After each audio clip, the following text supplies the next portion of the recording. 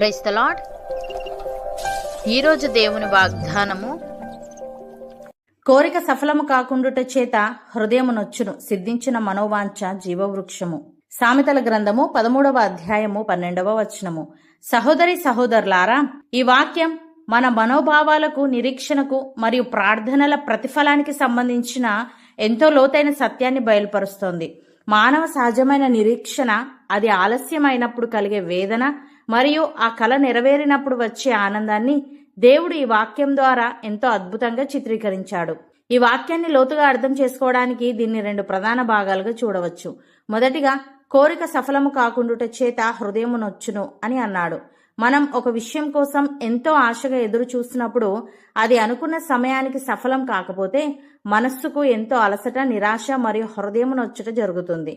మన ప్రార్థనలకు లేదా ఆశయాలకు ఒక్కోసారి ఆలస్యం ఎదురైనప్పుడు అధైర్యపడడం సహజం. కానీ ఆ సమయంలోనే మన విశ్వాసానికి పరీక్ష జరుగుతుంది.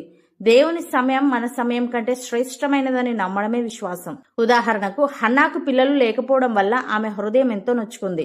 ప్రతి సంవత్సరం దేవుని మందిరానికి వెళ్ళినప్పుడు పెనిన్నా ఆమెను తీవ్రంగా ఎగతాళి చేసేది. దానివల్ల ఆమె అన్నపానాలు మానేసి మనోవేదనతో ఏడ్చేది. ఆమె ఎంతగా కృంగిపోయిందంటే మందిరంలో కేవలం పెదవులు కదిలిస్తూ మూగగా ప్రార్థిస్తున్న ఆమెను చూసి ఏలీ యాజకుడు ఆమె మద్యం సేవించిందేమో అనుకున్నాడు. అంతగా ఆమె ప్రాణం విసిగిపోయింది. హన్నా దేవుని సన్నిధిలో తన హృదయాన్ని కుమ్మరించింది. దేవుడు ఆమె ప్రార్థనను ఆలకించి సరైన సమయంలో ఆమె గర్భాన్ని తెరిచాడు. ఆమెకు పుట్టిన కుమారుడే సమూయేలు. ఇజ్రాయెలు చరిత్రలోని అత్యంత గొప్ప ప్రవక్తలలో ఒకడిగా మారాడు. హన్నా కోరిక సిద్ధించినప్పుడు అది ఆమె జీవితంలో ఒక జీవవృక్షంలా మారింది. అలాగే దేవుడు అబ్రహాముతో నిన్ను గొప్ప జనముగా చేస్తాను అని వాగ్దానం చేశాడు. కానీ ఆ వాగ్దానం నెరవేరడానికి దాదాపు 25 సంవత్సరాలు పట్టింది. వయసు పైబడుతున్నా కొద్దీ ప్రకృతి నియమాల ప్రకారం పిల్లలు పుట్టే అవకాశం కోల్పోతున్నప్పుడు శారా మానసికంగా ఎంతో కృంగిపోయింది. ఆ నిరాశలోనే ఆమె దేవుని వాగ్దానాన్ని కాకుండా సొంత మార్గాలను వెతుక్కోవడానికి ప్రయత్నించింది. ఇది వారి కుటుంబంలో ఎన్నో కలహాలకు దారితీసింది. మానవ మాత్రంగా సాధ్యం కాదు అనుకున్న శారాకు 90 ఏళ్లు ఉన్నప్పుడు దేవుడు వారికి ఇస్సాకునిచ్చాడు. దేవుడు నిర్దేశించిన సమయం ఎప్పటికీ తప్పిపోదు అని ఈ ఘటన చూపిస్తుంది. ప్రియులారా, మానవ సహజమైన ఆలోచనల ప్రకారం ఆలస్యం అనేది నిరాశను, వేదనను మిగిల్చినా దేవుని ప్రణాళికలో ఆ ఆలస్యమే ఒక అద్భుతమైన మలుపుకు పునాది అవుతుంది. హన్నా హృదయవేదన నుండి ఇజ్రాయేలును నడిపించే ప్రవక్త జన్మిస్తే శారా వృద్ధాప్య నిరాశ నుండి వాగ్దాన పుత్రుడు ఉద్భవించాడు. కాబట్టి దేవుడు మన ప్రార్థనలకు వెంటనే సమాధానం ఇవ్వనప్పుడు ఆయన మనల్ని విస్మరించాడని అనుకోకూడదు. మనల్ని మరింత బలపరచడానికి సరైన సమయం కోసం ఆయన వేచి చూస్తున్నాడని నమ్మాలి. కోరిక సఫలం కానప్పుడు కలిగే హృదయవేదన మన విశ్వాసానికి ఒక నిప్పు లాంటి పరీక్ష. ఈ పరీక్షలో నిలబడినప్పుడే మన కన్నీళ్లు తుడవబడి మన జీవితాలు ఇతరులకు సాక్ష్యంగా మారతాయి. రెండవదిగా, సిద్ధించిన మనోవాంఛ జీవవృక్షము అని ఉంది. మనం ఎంతో కాలంగా కనిపెట్టుకున్న కల నెరవేరినప్పుడు అది మన జీవితంలో ఒక జీవవృక్షములా మారుతుంది.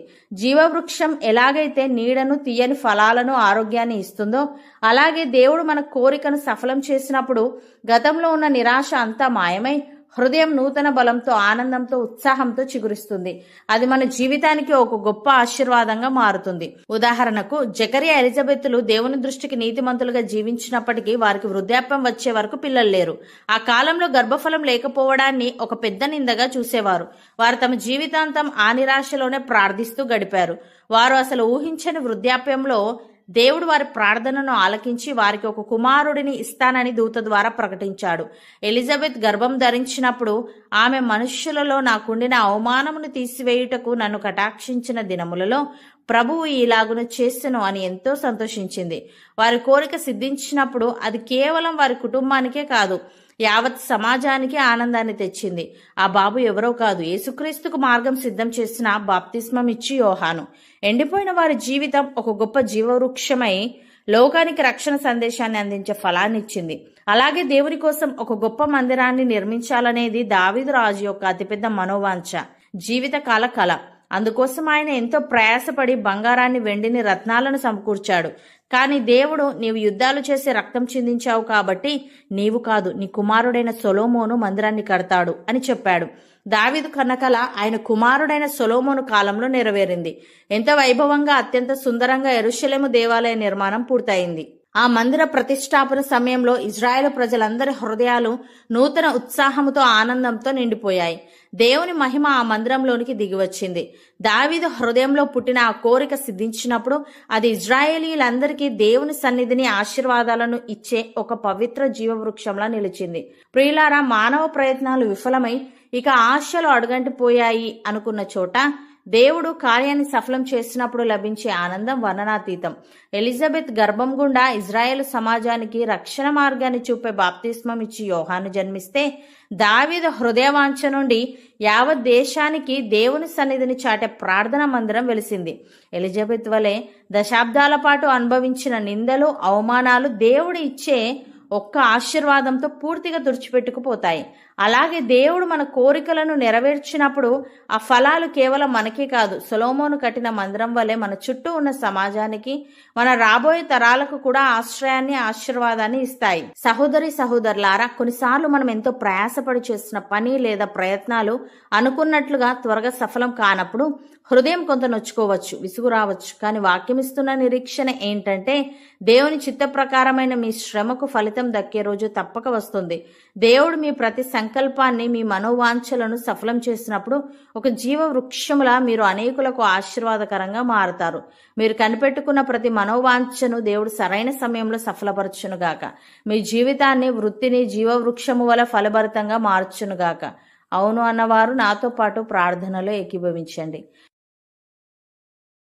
పరిశుద్ధుడా, ప్రేమగల తండ్రి, కోరిక సఫలము కాకుండుట చేత హృదయమునొచ్చునని సిద్ధించిన మనోవాంఛ జీవవృక్షమని నీవు సమయానికి మా మనోవాంఛలను సిద్ధింపజేసి మా జీవితాలను జీవవృక్షములా మార్చుతావని సెలవిచ్చావు. దాన్ని నీకు స్తుతులు.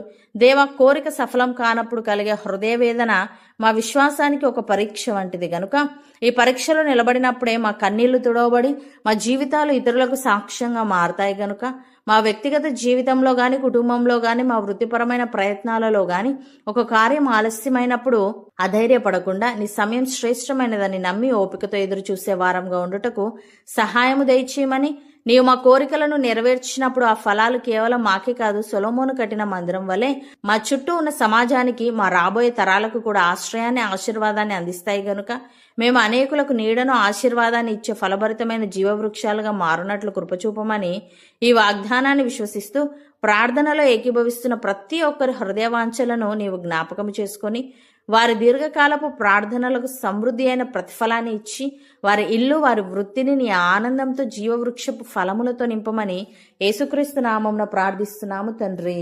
ఆమెన్.